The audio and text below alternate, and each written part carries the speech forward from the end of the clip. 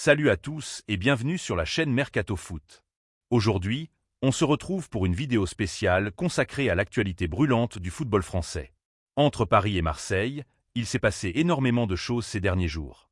D'un côté, le PSG et son entraîneur Luis Enrique qui impose une autorité de fer, quitte à choquer certains de ses propres joueurs. De l'autre, une révélation incroyable sur Zinedine Zidane et un possible rapprochement avec l'Olympique de Marseille, une rumeur qui fait déjà couler beaucoup d'encre. On parlera aussi de la blessure d'Ousmane Dembélé, qui inquiète sérieusement les supporters parisiens et sur laquelle Daniel Riolo a fait des révélations qui risquent de relancer le débat. Et enfin, on terminera par une très bonne nouvelle pour l'OM. Un coup de pouce inattendu venu d'Arabie Saoudite. Restez bien jusqu'à la fin, parce que cette vidéo est remplie de révélations et d'analyses. Au Paris Saint-Germain, les tensions ne sont jamais bien loin. Depuis son arrivée, Luis Enrique avait plutôt réussi à calmer les débats avec une communication polie, presque lisse. Mais derrière les apparences, il se murmure que l'Espagnol n'a pas peur de hausser le ton. D'après les informations rapportées par Daniel Riolo, l'entraîneur du PSG aurait une altercation verbale assez musclée avec certains joueurs de son vestiaire. Des mots crus auraient été prononcés, comme ce fameux « écoute, ferme ta gueule ». Ce genre de phrase choque forcément, surtout quand on parle d'un coach à la tête d'un club rempli de stars internationales. Mais il faut se souvenir que gérer un vestiaire comme celui du PSG n'a rien d'une tâche facile. Entre les égos, les statuts de vedette et la pression médiatique, il est presque inévitable qu'un entraîneur soit contraint d'imposer son autorité de manière forte. Ce qui est intéressant dans ce cas précis, c'est que Daniel Riolo, souvent critique à l'égard du PSG, a plutôt soutenu Luis Enrique. Pour le chroniqueur de RMC, cette sortie montre que le coach espagnol a enfin pris la mesure de son rôle, mettre de l'ordre dans une équipe qui en a bien besoin. Après des années marquées par des entraîneurs jugés trop conciliants ou trop tacticiens et pas assez meneurs d'hommes, l'attitude de Luis Enrique pourrait représenter un tournant. La vraie question, c'est de savoir si ce style direct peut fonctionner sur la durée. Car certains joueurs acceptent volontiers la discipline quand elle est assortie de résultats. Mais d'autres, surtout parmi les stars, supportent mal ce genre de management frontal. Rappelons qu'à Paris, plusieurs entraîneurs, de Laurent Blanc à Thomas Tuchel, en passant par Mauricio Pochettino, se sont cassés les dents sur ce vestiaire réputé ingérable. Luis Enrique, lui, semble décidé à ne pas se laisser marcher dessus. Son approche est simple. Tout le monde doit se mettre au service du collectif. Peu importe le statut, peu importe le palmarès. Une méthode qui rappelle un peu celle de Pep Guardiola à Manchester City ou de Diego Simeone à l'Atlético, même si le contexte parisien est évidemment différent. Alors, est-ce que ce coup de gueule marque une nouvelle ère au PSG? Certains analystes pensent que oui. Car si les résultats suivent, les joueurs seront obligés d'accepter cette discipline. Mais si les défaites s'accumulent, les mêmes mots durs pourraient vite se retourner contre lui. Ce qui est sûr, c'est que Luis Enrique ne cherche pas à plaire. Il veut gagner. Et si pour ça il faut hausser la voix, il n'hésitera pas une seconde. Parlons maintenant de l'EM, et plus précisément d'une information qui a surpris tout le monde, Zinedine Zidane et Marseille, une histoire qu'on croyait impossible.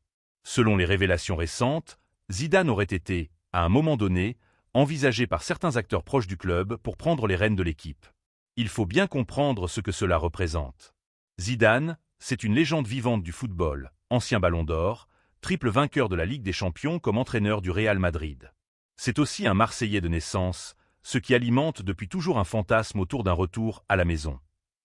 Pourtant, on sait aussi que Zidane a toujours été très prudent concernant sa carrière d'entraîneur. Il a refusé plusieurs projets, notamment en Ligue 1, préférant attendre une opportunité majeure, comme celle de l'équipe de France. Alors, que s'est-il passé pour que son nom soit associé à l'EM? Il semblerait que des discussions aient eu lieu en coulisses, notamment au moment où le club cherchait à redéfinir son projet sportif. Mais soyons clairs, il n'y a jamais eu de négociation avancée. On parle plutôt d'un rêve caressé par certains dirigeants ou investisseurs. Ce rêve, pourtant, a suffi à relancer les débats parmi les supporters. Car voir Zidane entraîner l'EM aurait une portée symbolique énorme, presque historique. Imaginez l'impact médiatique, l'attraction pour les sponsors, et bien sûr l'effet psychologique sur les joueurs. L'EM passerait immédiatement dans une autre dimension. Mais soyons réalistes, les chances que cela se concrétise restent infimes. Zidane ne semble pas intéressé par un projet aussi instable que celui de Marseille, surtout tant que l'équipe de France reste une option potentielle pour lui. De plus, l'EM n'a pas les moyens financiers de lui offrir le salaire et les garanties qu'il exigerait. Reste que cette révélation illustre quelque chose d'important. Marseille veut rêver grand. Et même si Zidane ne viendra probablement jamais, l'idée montre que le club ne se limite pas à ses moyens actuels. Avec l'arrivée de nouveaux investisseurs, qui sait ce que l'avenir réserve? Ousmane Dembélé, recruté cet été par le PSG en provenance du FC Barcelone, était censé apporter vitesse, créativité et imprévisibilité sur le front de l'attaque parisienne.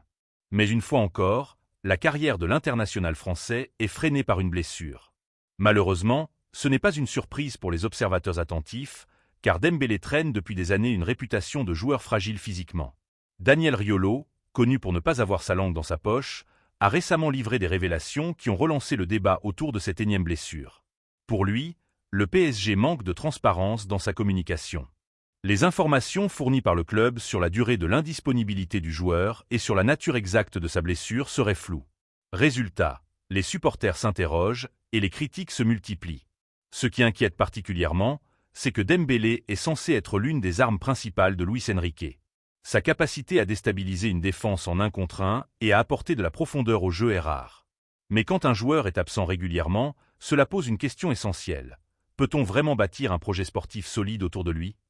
Ce n'est pas la première fois que le PSG est confronté à ce problème. Souvenez-vous de la gestion des blessures de Neymar ou de Verratti, qui ont souvent manqué les grands rendez-vous de Ligue des Champions. Le cas Dembélé semble malheureusement s'inscrire dans la même lignée. Certains supporters craignent même que ce transfert, pourtant salué comme une belle affaire à l'été, ne devienne rapidement un poids pour le club. Un autre point soulevé par Riolo concerne la préparation physique.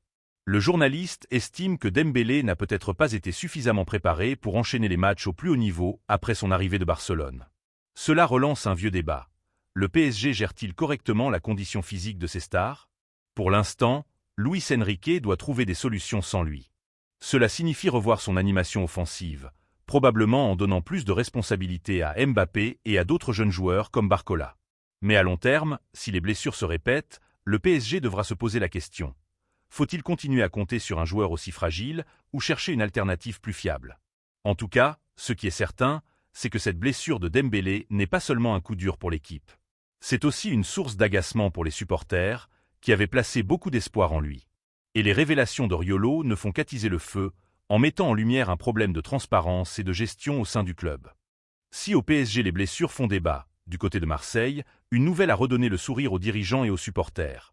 L'Arabie Saoudite a offert, indirectement, un véritable cadeau financier à l'EM. Comment? Grâce à la Saudi Pro League, qui multiplie les investissements pour attirer des joueurs venus d'Europe. Plusieurs clubs saoudiens ont ciblé et recruté des joueurs passés par l'EM, ou ont contribué à soulager la masse salariale de l'équipe phocéenne. Résultat, l'EM a vu ses finances s'alléger et s'est retrouvé avec une marge de manœuvre inespérée pour le mercato. Dans un club comme Marseille, où les ressources financières sont limitées par rapport aux géants européens, chaque million compte. Cette bouffée d'oxygène tombe donc au meilleur moment. Elle pourrait permettre de renforcer l'effectif dès le mercato hivernal, ou au moins d'assainir une situation économique parfois jugée préoccupante. Mais au-delà de l'aspect financier, c'est aussi un signal fort. Cela montre que le marché saoudien peut devenir une opportunité pour les clubs français, souvent obligés de vendre pour équilibrer leurs comptes. Dans le cas de l'EM, cette aide indirecte donne une certaine flexibilité et surtout de l'espoir aux supporters, qui veulent voir leur club rivaliser avec le PSG et jouer un rôle majeur en Ligue 1 et en Europe. Certains analystes parlent même d'un jackpot inattendu. Car l'EM n'a pas eu à forcer les choses. Ce sont les clubs saoudiens qui sont venus chercher les joueurs, avec des offres souvent supérieures aux estimations. C'est donc une opération presque parfaite pour Marseille, qui profite de la dynamique sans avoir eu besoin de se battre sur le marché. La question est maintenant, comment utiliser intelligemment cet argent? Les dirigeants marseillais doivent éviter les erreurs du passé, où des fonds mal dépensés ont conduit à des recrutements décevants. Si le club parvient à cibler des renforts utiles, équilibrés, et en cohérence avec la vision sportive, ce cadeau saoudien pourrait réellement transformer la saison. Les supporters, eux, rêvent déjà. Et certains se disent que si ce coup de pouce se répète dans le futur, l'EM pourrait progressivement retrouver une place plus solide sur la scène européenne. Quoi qu'il en soit, cette nouvelle confirme une chose. L'Arabie Saoudite ne bouleverse pas seulement le football mondial, mais elle influence aussi directement l'économie des clubs français. Voilà, vous savez tout sur les grosses actualités de ces derniers jours en Ligue 1. Entre un Luis Enrique plus autoritaire que jamais, un Zidane dont le nom a brièvement été associé à l'EM, une nouvelle blessure de Dembélé qui interroge et une aide financière inattendue venue d'Arabie Saoudite pour Marseille, le football français est une fois de plus au cœur de l'actualité. Ces histoires montrent à quel point la Ligue 1 reste imprévisible. D'un côté des tensions et des inquiétudes, de l'autre des rêves et des opportunités. Et comme toujours, Elles alimentent les débats passionnés des supporters. Alors, dites-moi en commentaire. Que pensez-vous du style de management de Luis Enrique? Est-ce que vous croyez encore à un jour voir Zidane entraîner le M? Et selon vous, le PSG peut-il encore miser sur Dembélé malgré ses blessures à répétition? Si la vidéo vous a plu, n'oubliez pas de liker, de vous abonner et d'activer la cloche pour ne rien rater de l'actu foot.